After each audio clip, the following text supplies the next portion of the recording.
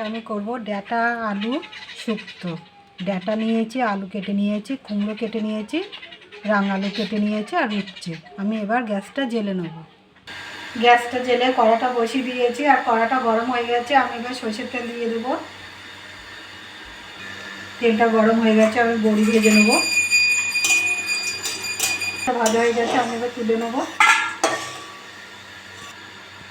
বড়িটা তুলে নিয়েছি, আমি এবার একটু পাঁচফোড়ন দিয়ে দেবো। পাঁচফোড়নটা ভাজা হয়ে গেছে, আমি এবার উচ্ছে দিয়ে দেবো। উচ্ছেটা একটু ভেজে নেব। উচ্ছেটা ভেজে নিয়েছি, আমি এবার আলু দিয়ে দেবো। দিয়ে দেবো আর আলু একটু ভেজে নেব। এটা একটু ভেজে নিয়েছি, হলুদ দিয়ে দেবো, লবণ দিয়ে দেবো।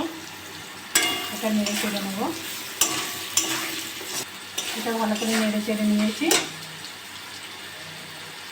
আমি এবার আদা বাটা দিয়ে দেবো, জিরে বাটা দিয়ে দেবো। এটা ভালো করে নেড়ে চেড়ে নেবো। ডাঁটাগুলো দিয়ে দেবো, নেড়ে চেড়ে নেবো। এটা নেড়ে চেড়ে ভালো করে ভেজে নিয়েছি। আমি এবার সর্ষে বেটে রেখেছি, ওটা দিয়ে দেবো। বড়িগুলোও দিয়ে দেবো। এটা নেড়ে চেড়ে নেবো।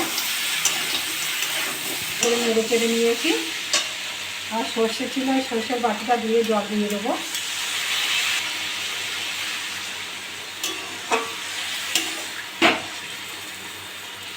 একটু জল দিয়ে দেবো,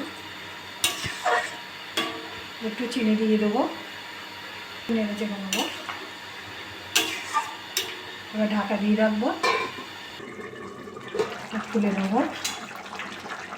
আলু কুমড়ো সব সিদ্ধ হয়ে গেছে, আর একটু ঝোলটা কম করবো, ফুটিয়ে নেবো। শুক্তোটা আমার হয়ে গেছে, আমি এবার নামিয়ে নেব। দেখুন কি সুন্দর হয়েছে। এরকম করে বাড়িতে রান্না করে খাবেন। খেয়ে ভালো লাগলে আমার চ্যানেলটাকে লাইক করবেন, শেয়ার করবেন, কমেন্ট করবেন, সাবস্ক্রাইব করবেন। ধন্যবাদ।